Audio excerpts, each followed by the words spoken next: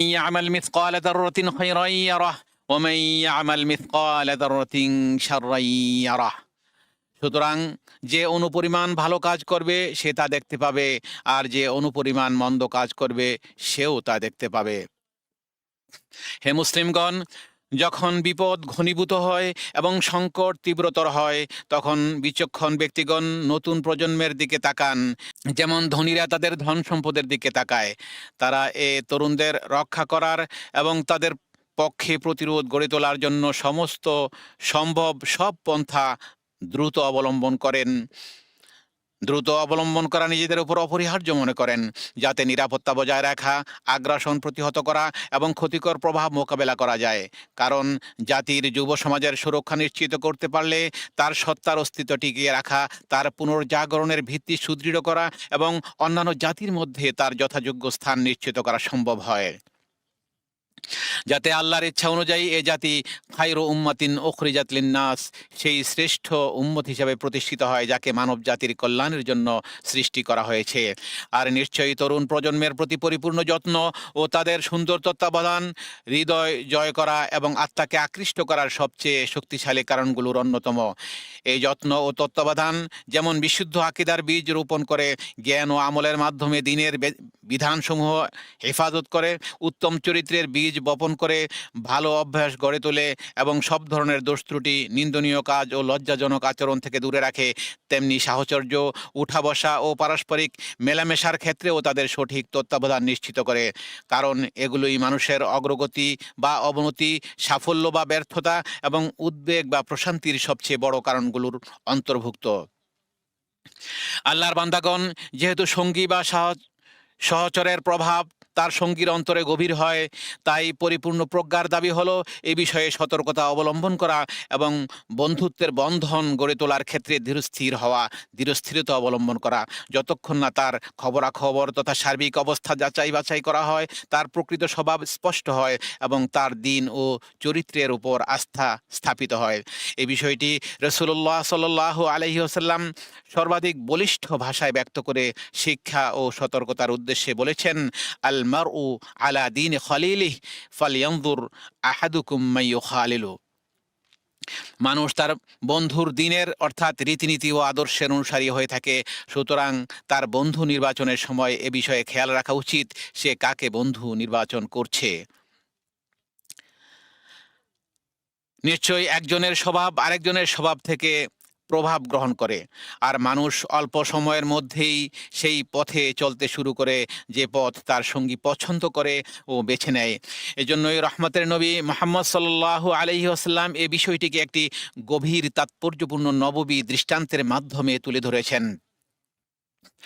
আবু মুসা আশআরী রাদিয়াল্লাহু তাআলা আনহু থেকে বুখারী ও মুসলিমে বর্ণিত হাদিসে এসেছে, তিনি বলেছেন, মাথালুল জালিসিস সালিহি ওয়া জালিসিস সুই কাহামিলিল মিসকি ওয়া নাফিকিল কির ইলা আখিরিল হাদিস। সৎ সঙ্গী ও অসৎ সঙ্গীর উদাহরণ হলো কস্তুরী বহনকারী ও হাঁপুড়ে ফুৎকারকারী কামারের ন্যায়।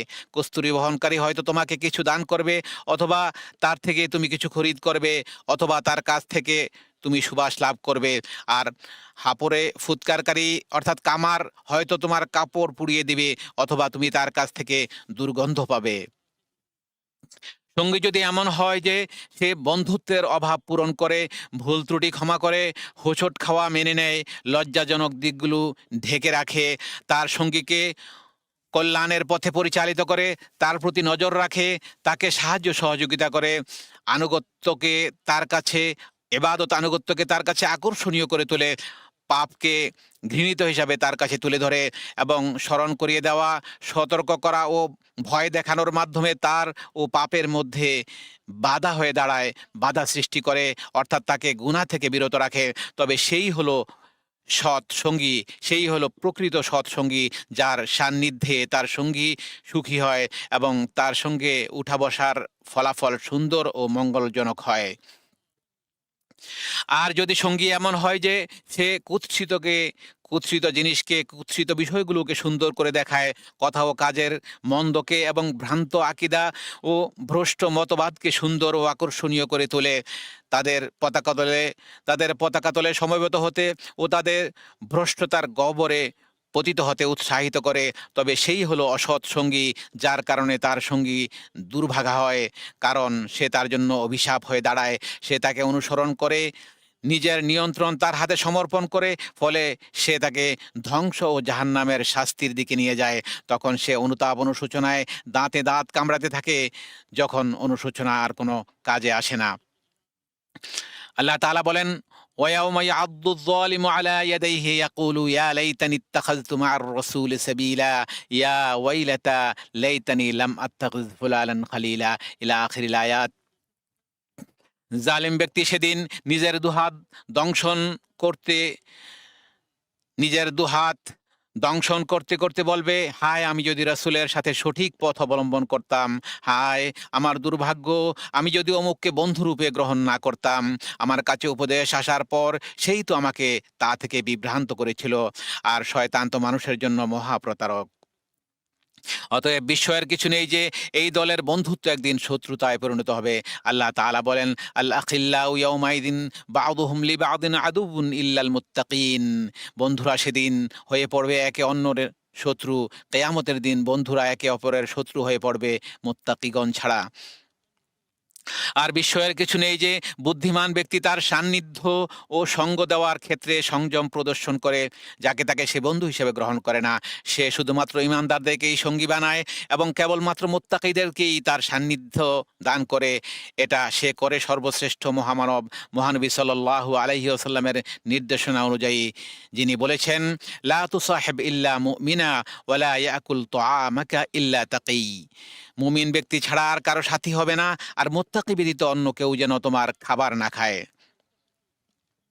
হে আল্লাহর বান্দাগণ, সঙ্গদান এবং মেলামেশা হতে হবে একনিষ্ঠভাবে একমাত্র আল্লাহর সন্তুষ্টির জন্য, যে কোনো প্রকার স্বার্থপরতা থেকে পবিত্র এবং খেয়াল খুশি থেকে মুক্ত। এটি ঈমানের পরিবেশে জন্ম নেয় ও বেড়ে ওঠে এবং আকীদার নিয়ন্ত্রণে পরিচালিত হয়। যার আদেশ নিষেধ মোমেন তার হৃদয়ের সকল দিক দিয়ে এবং তার অঙ্গ প্রত্যঙ্গের প্রতিটি নড়াচড়া ও স্থিরতা দিয়ে গ্রহণ করে। সেখানে সে তার ভালোবাসার মাধ্যমে নেককার ও সৎ লোকদের সাথে সম্পর্কিত হয়, যা পরকালে তার মর্যাদাকে বহু ধাপ বহু গুণ উন্নীত করে। ফলে সে তার ভালোবাসার লোকদের সাথে মিলিত হবে, এমনকি যদি সে তাদের মতো আমল নাও করে থাকে। যেমনটি হাদিসে এসেছে, যা বুখারী ও মুসলিম তাদের সহিহ গ্রন্থদ্বয়ে আব্দুল্লাহ ইবনে মাসউদ রাদিয়াল্লাহু আনহু থেকে বর্ণনা করেছেন। তিনি বলেন, জা রাজুলুন ইলা রাসূলিল্লাহি সাল্লাল্লাহু আলাইহি ওয়াসাল্লাম ফাকাল, ইয়া রাসূলাল্লাহ কাইফা তারা ফি রাজুলিন আহাব্বা কওমান ওয়া লাম ইয়ালহাক বিহিম ইলা আখিরিল হাদিস। এক ব্যক্তি রাসূলুল্লাহ সাল্লাল্লাহু আলাইহি ওয়াসাল্লামের নিকটে এসে আরজ করল, ইয়া রাসূলুল্লাহ, এমন ব্যক্তির ব্যাপারে আপনি কি মনে করেন যে ব্যক্তি কোনো সম্প্রদায়কে ভালোবাসে কিন্তু আমলে তাদের সমকক্ষ হতে পারেনি? রাসূল সাল্লাল্লাহু আলাইহি ওয়াসাল্লাম বললেন, মানুষ যাকে ভালোবাসে সে তারই সঙ্গী হবে। সুবহানাল্লাহ। আর আধুনিক যুগের বিভিন্ন উপকরণ ও মাধ্যমসমূহের, বিশেষ করে গণমাধ্যমের উন্নয়ন অগ্রগতি, তার তথ্য নেটওয়ার্ক চ্যানেলসমূহ এবং এর অন্তর্ভুক্ত সামাজিক যোগাযোগ মাধ্যম ও অন্যান্য প্ল্যাটফর্মের বিকাশ সাহচর্য, ভালোবাসা ও মেলামেশার ধারণাকেই নতুন অর্থে রূপান্তরিত করেছে। এসব উপকরণের মাধ্যমে যে সাহচর্য ও মেলামেশা গড়ে ওঠে, তার প্রভাব অন্যান্য সব কিছুর তুলনায় অনেক অনেক বেশি শক্তিশালী হয়ে থাকে, কারণ এগুলো ব্যবহারের ক্ষেত্র অত্যন্ত বিস্তৃত। ব্যবহারকারীদের সংস্কৃতি, চিন্তাধারা ও প্রবণতা বহুমুখী ও বৈচিত্র্যময়। আর এই বাস্তবতা উম্মতের যুবক ও যুবতীদেরকে রক্ষা করা এবং তাদের ঈমান ও চরিত্রের সুরক্ষা নিশ্চিত করার জন্য পিতামাতা, আলেম ওলামা, দাঈগণ, শিক্ষক শিক্ষিকা, লালন পালনকারী বা অভিভাবকবৃন্দ সহ সংশ্লিষ্ট সকলের কাঁধে এক ভারী বোঝা ও দ্বিগুণ দায়িত্ব চাপিয়ে দেয়। নিশ্চয়ই একনিষ্ঠ ব্যক্তিদের প্রচেষ্টা, তাদের অর্জিত বিচক্ষণতা, প্রজ্ঞা, অভিজ্ঞতা, খাঁটি নিয়ত, আন্তরিকভাবে নসিহত করার আগ্রহ এবং কল্যাণের প্রতি গভীর যত্ন, এসবের মাধ্যমেই মুক্তি লাভ করা সম্ভব। আল্লাহ তাআলা আমাকে এবং আপনাদেরকে তার কিতাবের হিদায়াত এবং তার নবী সাল্লাল্লাহু আলাইহি ওয়াসাল্লামের সুন্নাহ দ্বারা উপকৃত করুন। আমি আমার এই কথাগুলো বলছি, আর এ সময় আমার, আপনাদের ও সমস্ত মুসলিমের জন্য সকল গুনাহ থেকে মহান আল্লাহ তাআলার কাছে মাগফিরাত কামনা করছি। নিশ্চয়ই তিনি অত্যন্ত ক্ষমাশীল, পরম দয়ালু। আলহামদুলিল্লাহ। সমস্ত প্রশংসা মহান আল্লাহ তাআলার জন্য, যিনি অভিভাবক ও চিরপ্রশংসিত। তিনি যা ইচ্ছা তাই করেন। ফাআলুল লিমা ইউরিদ। আমি তাঁরই প্রশংসা করি। আমি সাক্ষ্য দিচ্ছি আল্লাহ তাআলা ছাড়া কোনো সত্য ইলাহ নেই, তিনি এক, তাঁর কোনো শরিক নেই। আমি আরও সাক্ষ্য দিচ্ছি আমাদের নেতা ও নবী মুহাম্মদ সাল্লাল্লাহু আলাইহি ওয়াসাল্লাম আল্লাহর বান্দা ও রাসূল। হে আল্লাহ, আপনি সালাত ও সালাম নাজিল করুন আপনার বান্দা ও রাসূল মুহাম্মদ সাল্লাল্লাহু আলাইহি ওয়াসাল্লাম এবং তাঁর পরিবার পরিজন ও সাহাবায়ে কেরামের উপর। আম্মা বাদ, হে আল্লাহর বান্দাগণ, নিশ্চয়ই সৎ সঙ্গীর সবচেয়ে স্পষ্ট, সর্বোৎকৃষ্ট এবং তার সঙ্গীর হৃদয় ও বিবেকে গভীর প্রভাব বিস্তারকারী গুণ হলো তার পরিশুদ্ধ হৃদয় থাকা, পরিচ্ছন্ন হৃদয় থাকা। আর সেই পরিশুদ্ধ বা পরিচ্ছন্ন হৃদয়ই তার অধিকারীকে দুনিয়ায় উপকার দেয় এবং কেয়ামতের দিন যখন সে তার রবের কাছে উপস্থিত হবে তখনও তা তার উপকার করবে। সে পরিশুদ্ধ হৃদয়ের ব্যাখ্যায় ইমাম ইবনুল কাইয়িম রহিমাহুল্লাহ বলেছেন, পরিশুদ্ধ হৃদয় হলো সেই হৃদয় যা আল্লাহর আদেশ ও নিষেধের বিরোধী সকল প্রবৃত্তি থেকে নিরাপদ, আল্লাহর সংবাদ ও বাণীর পরিপন্থী সকল সন্দেহ থেকে মুক্ত, যা আল্লাহ ছাড়া অন্য সব কিছুর দাসত্ব থেকে নিরাপদ এবং রাসূল সাল্লাল্লাহু আলাইহি ওয়াসাল্লাম ব্যতীত অন্য কারো বিধান মেনে চলা থেকে মুক্ত। সেই হৃদয় আল্লাহর ভালোবাসায় অটল, আর ভয়, আশা, তাওয়াক্কুল, তাঁর দিকে ফিরে যাওয়া, তার কাছে বিনয় প্রকাশ, সব অবস্থায় তার সন্তুষ্টিকে অগ্রাধিকার দেয়া এবং সব পথেই তার সন্তুষ্টি থেকে দূরে থাকার ক্ষেত্রে তার রাসূল সাল্লাল্লাহু আলাইহি ওয়াসাল্লামকে অনুসরণ করে।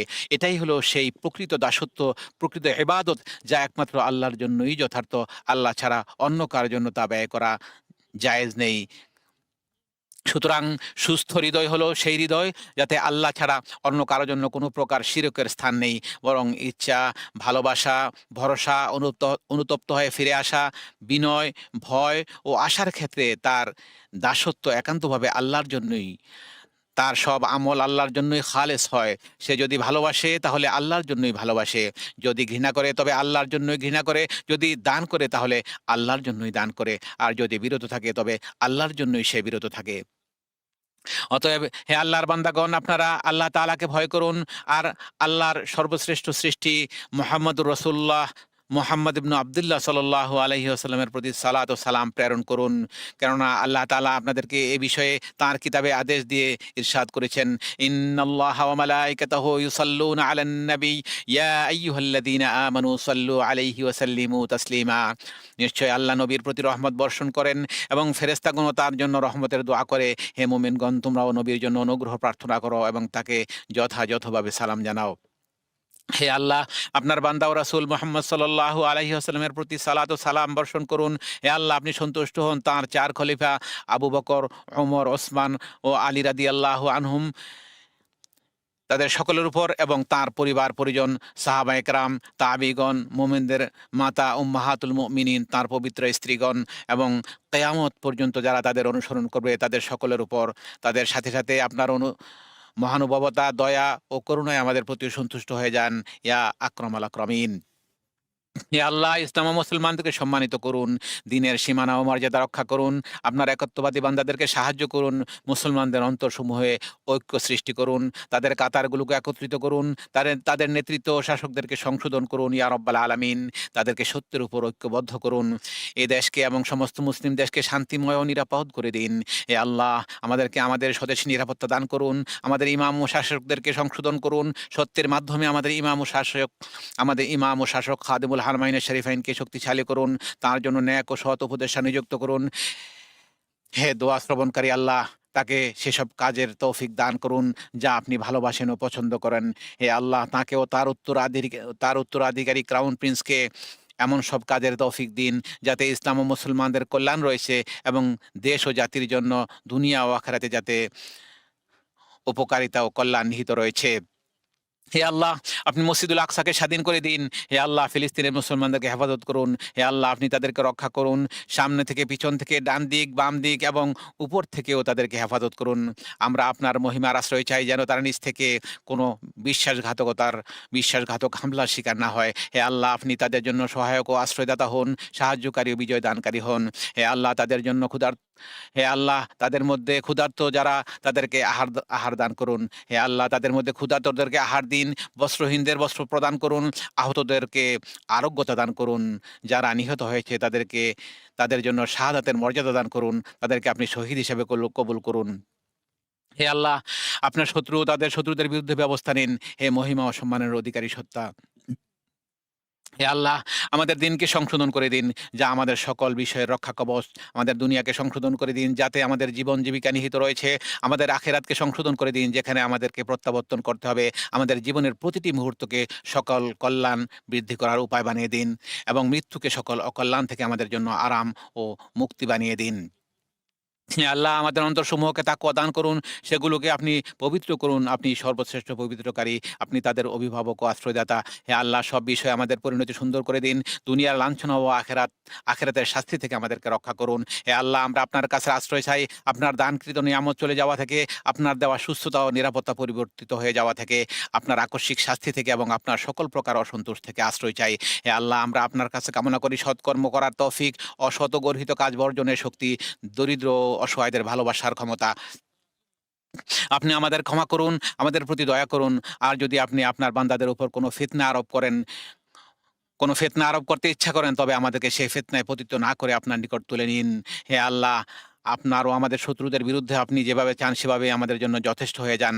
আমরা আপনাকে তাদের বিরুদ্ধে ঢাল বানাই এবং তাদের অনিষ্টতা থেকে আপনার আশ্রয় চাই, ইয়া রব্বাল আলামিন। হে আল্লাহ, আমাদের রোগীদের শিফা দান করুন, আমাদের মৃতদের উপর রহম করুন, আপনার সন্তুষ্টিতে আমাদের আশা পূর্ণ করুন। ربنا ظلمنا أنفسنا وإن لم تغفر لنا وترحمنا لنكونن من الخاسرين. ربنا آتنا في الدنيا حسنة وفي الآخرة حسنة وقنا عذاب النار. وصلى الله وسلم على عبده ورسوله نبينا محمد وعلى آله وصحبه أجمعين والحمد لله رب العالمين.